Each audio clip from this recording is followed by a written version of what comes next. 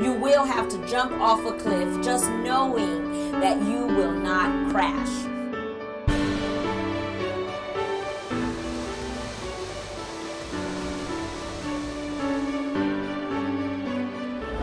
Let me tell you, everybody has their baggage and everybody has their demon. So you might as well deal with your own demon and everything will work out fine. If you're not in control of your emotions will be in control of you.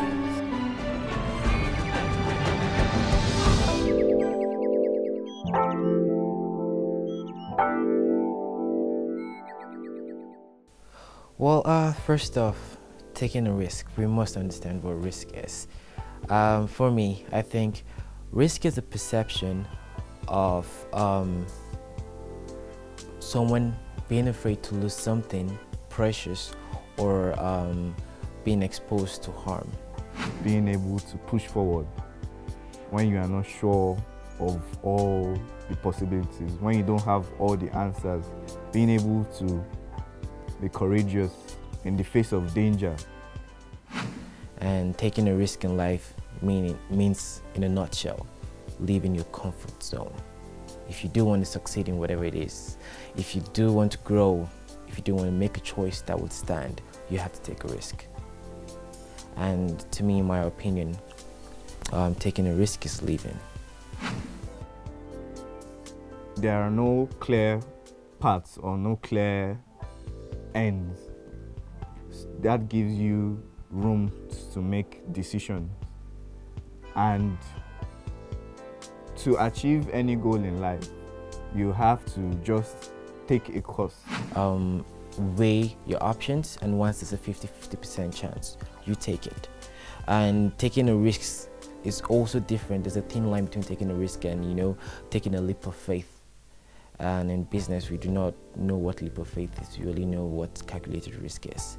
And if you do not take a risk, then you will miss out on the reward.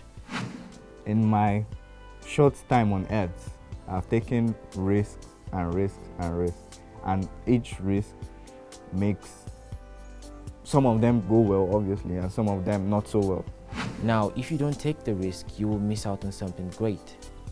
And there's always the fear of, oh, what if I make this decision and it ends up bad for me, or I end up at the bottom, or I fall. And there's a saying my dad always tells me, may he so rest in peace. While I was young, he said, why do we fall? Well, it's always because so we could learn to pick ourselves up. So taking a risk for me is something I would always want to do, depending on whatever decision I am taking in life. If there's a chance of progression, or there's a chance of me getting what I want, so long as there is a chance that I would make it, I will take it. People that change the world today are people that took risks one way or the other. I took a risk, but I took a calculated risk. I still have my degree. I can always go back to law if things don't work well in farming. So that's a calculated risk, but I'm taking a risk in farming because it's what I feel I have a passion for and I can do. Now, diving into agriculture, and livestock, I actually knew nothing about agriculture, even because over my time in school, I chose home management over agriculture studies, and I had no idea what it was or how to take care of, livestock. Taking risks involves not knowing all the possible outcomes, but going ahead all the same. When you don't know all the possible outcomes, you definitely have fear in your heart. You don't know if this will lead you to where you want to go, but you have to keep pushing. You have to calculate, sometimes go back to the drawing board, re-strategize, and go again. Fear comes into play because you are not sure this might work for you, but you have to keep pushing. So what I feel is, when you have a dream and it's a passion you have, regardless of fear, take it. You're scared of failing? Well, you fail. But failure is not the end, it's a lesson. You learn and become stronger, because if it doesn't kill you, it makes you stronger. The biggest room, they say, in life is the room for improvement. For you to grow, you have to leave your comfort zone. No growth happens in your comfort zone, and all growth happens outside of the comfort zone. Well, first step I would tell you, being scared is normal. If you're not scared, then there's something wrong with you. We're all scared of something, especially in making decisions, you know. Nothing good comes easy. You have to just keep pushing forward, regardless of the risk, regardless of the possibility of failure. If you want to make any good thing in life, there is always a possibility of it going the other way. So just keep pushing forward. Set your goals ahead of you. Put your goals in front of you. Make sure you remember why you want to do this so thing, and stick to it. And in the end, you will find out that sometimes when you do the right things, it is always worth it. You will always grow at the end of it all. If you have fear for taking a risk, you should overcome it. You fight your demon, and believe in me, you will come out strong. I am strong.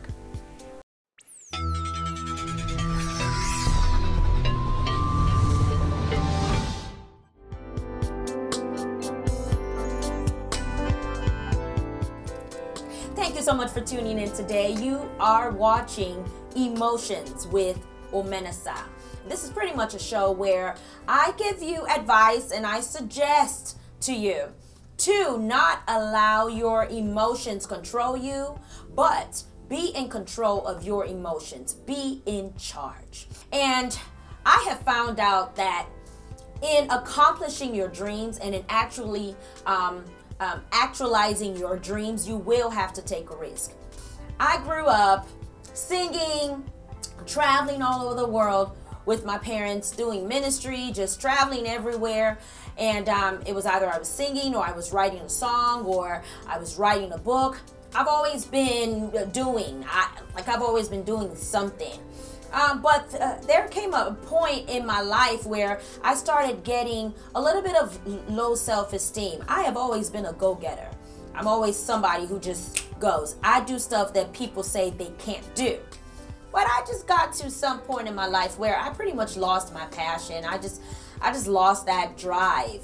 And I think that is because of such a long journey.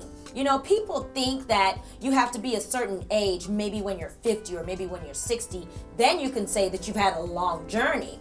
I do understand that, but when you start living your dreams and you actually start being in the limelight or preaching or singing like I was doing, or just being involved in ministry, when you start doing that at the age of 3, and then 4, and then 5 and 6, and you're traveling all over the place, and by the age 10, you are already sleeping in hotels. You are already preparing to minister to thousands of people. When you start that early, by the time you hit 30, you feel like you've lived like a million years. And even though that's a major accomplishment, you could also find out that your passion could dwindle a little bit, or you could just get tired. So by 2011, I was tired. I actually forgot that I will need to get married at some point. I hadn't planned on marriage. I didn't plan on anything. All I wanted to do was sing and be a psychologist or a psychiatrist.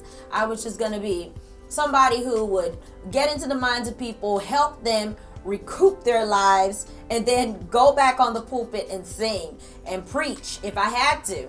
That was the plan. But by 2011, I was tired. I was very, very tired. However, in 2009, I was ministering in Nigeria. This man came up to me, told me that he loved me, yada, yada, yada. That's a story for another time. But anyway, it was my husband. He proposed, and I told him, okay, well, if you could wait for 2 years, I will marry you. And God knows that in my mind, he was not going to wait for 2 years. I mean, like, 2 years is really a long time. And dude called me 2011 and he said, hey, it's been 2 years. And I was like, oh, okay, well, I love you too, so let's go ahead and do this. Now, prior to getting married, there was some risks that I hadn't taken yet. I had a house, I had a car, I had 3 jobs. I was working my butt off. I have never been somebody to just sit down. So I had a good job and I was doing well. But God needed to stretch me. I needed to be stretched. There's somebody that's watching today. You need to be stretched. And you may be wondering why you're having some challenges and why you are beginning to think in a different way. Maybe you are actually beginning to familiarize yourself with ideas that you would never even have thought about. Maybe you are beginning to consider, maybe I should become a model. Maybe I should sing. Maybe I should be a writer. You know, maybe all the compliments that people have been giving you, maybe it's beginning to stick, and just maybe you are thinking about actually taking greater strides. That's where I was in 2011. Even though I was tired of all the singing, all the ministering, and all of that, I knew that a change just had to take place. I knew for a fact that I had to move, but it didn't make any sense because in reality, I had just finished school. It took me 8 years to graduate from the university, just all kinds of drama. But it took me a very long time to graduate, and now I had finally graduated, and I was really thinking about doing my master's, and you know, and then I was gonna work at 7 counties. That was my dream. I just wanted to just be like an intern in counseling and then eventually become a psychologist. I was just so passionate about that. But this night, like, I just sat down in my room and I just knew for a fact that I had to move to Nigeria. And that didn't make any sense because I was overqualified for a lot of jobs that were there. I mean, like, how do you trade in a blue passport for a green passport? I am a dual citizen. However, most people would just feel like that doesn't make any sense. So what did I do? I was like, I don't think I can take this move. I don't think I can move. I don't think I can do this. Well, one day I woke up in the morning and my tires were flat. Flat. I couldn't go to work. So I had to call my job at the time. I was a cashier. At this particular job, I had 3 jobs. So at this job, I was a cashier. And I called and the manager, I told her, I said, I don't think that I can come to work because of my car. I don't have a ride, yada, yada, yada. I live in downtown. It's going to take me a while to get to work. I didn't even finish the sentence when she said, well, you don't even have to come in ever. You're fired. And, excuse me? And she said, yes, you were fired. And she went off and she was just saying all kinds of things that were so inappropriate. But however, once again, when purpose supersedes common sense, things will start to fall in place. Things will start to fall in place. And that shocked me because her response was just not normal. Like, that wasn't a normal response. But she fired me. So, hey, I had 2 jobs now open. And then I went to work in the afternoon. That's to my other job where I was a waitress. And when I got there, they told me that they had demoted me from being a waitress to being a busser. And y'all know what that means. I mean, like, the bussers get paid from the waitresses. So, I mean, no, I just couldn't do it. First of all, what actually caused the demotion was because that a few days prior to that, I had taken on a table. I think it was a table of 8 or a table of 12, but it was a lot of people on that table. And because I needed the money and I knew that I couldn't handle that table, I still agreed to take the table. And of course, I messed up their orders. I was giving steaks to people who needed wine. I was giving wine to people who needed beef. I mean, I just messed up the whole order. So, of course, that caused a demotion, which I did not take. I just pretty much quit. I just walked out and said, no, I couldn't do it. On my way home, I realized what was happening. I mean, I didn't need a prophet. I didn't need a priest. I didn't need Buddha to tell me that my lines were falling in pleasant places. Pleasant places may not be pleasant to you. Pleasant simply means that that's the way that it ought to be. So of course at that time things were falling in pleasant places, but it was not pleasant to me at all because I had just lost 2 jobs and it just didn't make any sense. I was in a long distance relationship. Everything just seemed weird, you know. But by the time that I got home, I just realized that, okay, God may be trying to tell me something here. So I picked up the phone and I called my other job and I quit. It just didn't even make sense to keep fooling myself. I quit and I knew what was happening. My house started to grow black mold all over the house. It was becoming like inhabitable. I was coughing, I was sneezing. It was just so obvious that it's time for you to move. Where are you going to move to? Let's see. Africa. Why? Because I had already had a nudge within me to move to Africa, to move to Nigeria indefinitely. I packed all my things. I moved to Nigeria. When I got to Nigeria, once again, I felt within me, it's time to do your NYSC. NYSC in Nigeria means your National Youth Service Corps. It makes no sense for anyone who has lived in America and who chooses to continue living in America. It doesn't make sense to do an NYSC, because an NYSC is pretty much like a preliminary that you would have to do in order to get a job in Nigeria or to get a higher type of position. It's just part of the criteria. But I had already been working since I was like 16. I've been working in America my whole life. I have had really good jobs. I have made thousands and thousands of dollars as a hospice caregiver. I mean, so it just didn't make any sense to come to a third world country, go to a third world country as compared to being in America, and then expecting to get a job to be paid in what equivalence? Like, it just didn't make any sense. But it was a risk. I landed in Nigeria and I decided that I was going to do my NYSC. Everybody told me I was stupid. Everybody told me I was crazy. Okay, well, if you're going to do your NYSC, since you are foreign trained, why don't you go ahead and be posted? Because the government will post you. And I know a lot of people who worked out their posting. Like, they made sure that they were in the cream de la cream. Like, they made sure that they were working in places where they were getting paid some good money. And I also know people who just let fate take over. And I was one of those people. When everybody was looking for the big positions and bribing people and doing all kinds of stuff, I felt within me once again that I was going to be a teacher. And that didn't make any sense. Because in Nigeria, at the time, people were looking for better jobs. Teachers don't get paid well. Teachers don't get appreciated well. At least, like, that's the stereotype. So people just didn't understand why I would want to be a teacher. And my father and everybody was like, well, you can work in the ministry. Like, that's all you've been doing. That's all you know. Exactly. When it's time for you to learn something different, and when it's time for you to be stretched, you have to get out of your comfort zone. So I had to look at my father and I said, I have a feeling that I'm not supposed to be working for you. I am supposed to become a teacher. Of course, everybody laughed. It's just so stupid. Just no. First of all, my confidence has always bloomed when I'm in front of a camera or when I'm singing. When I'm in my element, that's when I come out.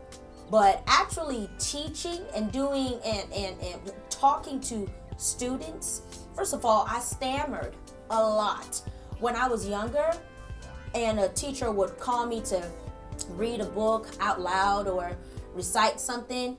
I would stand there like a pole and I would be shaking. I was such a bad stutterer. I couldn't make a straight sentence without stammering. So how am I going to be a teacher?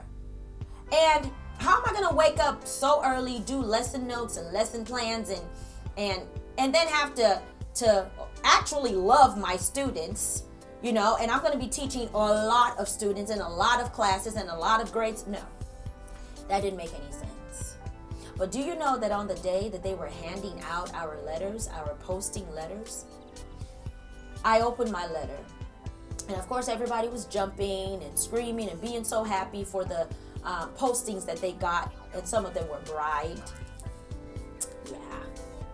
But when I opened my letter, it gave my full name, and it said that I had been posted to be a CRK, which is a Christian religious knowledge teacher in a school. And I knew for a fact that taking that risk, was like everything was becoming obedient. Life was becoming obedient to my attractions. Everything was falling in place. And you know what? From that day on, I knew never ever to cower from a risk. That's how I started teaching. That's how I found myself in a school where, first of all, I was a chaplain in the school. And then I started teaching like 6th grades. And then from teaching 6th grades, I ended up actually having like my own classes. Each class consisted of like 30 students, 60 students, 50 students. Then I got into counseling. And then from counseling, some of their parents would ask me to counsel them. Then I started doing that. Then I got on radio. I became a very, very constant counselor on radio. I found myself on radio 12 midnight, 3 a.m., 9 p.m. I was getting phone calls from radio stations. And then from radio, I got into business. From business, I started to rub shoulders with people in high places. And then I got to sing for the president of Nigeria because I was already in the mix of government functions. And I mean, see how everything was a crescendo?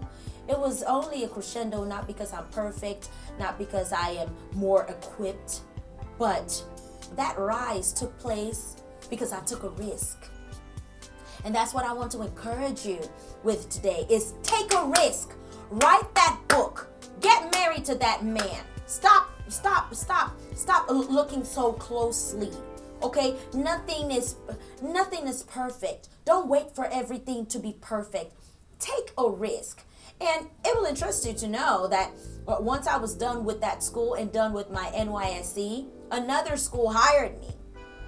And it's just so funny that actually one of the students in that school is responsible for the makeup on my face right now. And I mean, I am just so humbled because now I walk into the mall or I go to church or I go somewhere and somebody says, "Hey, auntie," and I turn around and it was one of my students. "Oh, thank you so much, man, for impacting my life. Thank you so much for your advice. It really, really helped me in college. It really helped me at some point in my life." I mean, there is no greater joy than knowing that you have actually changed the life of somebody. And that's what I got. So not only did I get elevated, promoted, I mean, I came from being fired to actually owning my own business to now doing my own show and to doing things that I love doing. And remember that I told you that I was going to work at 7 counties? Well, I didn't get to work at 7 counties, at least not yet. But what I'm doing right now is counseling. What I'm doing right now is the job of a psychologist, of helping you and getting into your mind and reforming your mind and changing your perspective. It's exhilarating.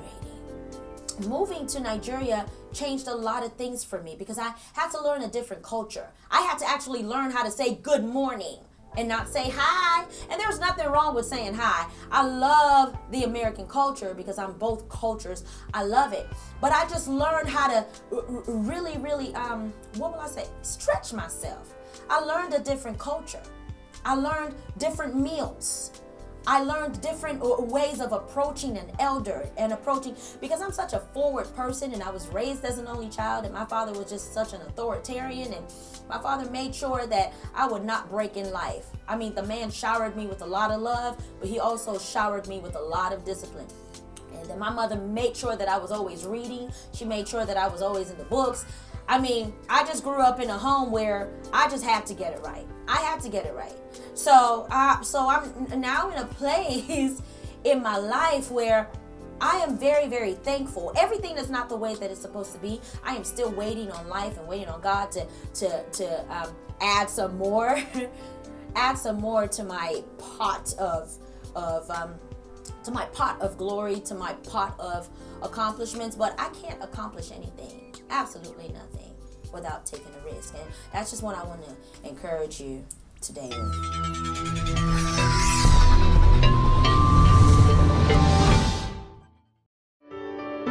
You will have to jump off a cliff, just knowing that you will not crash.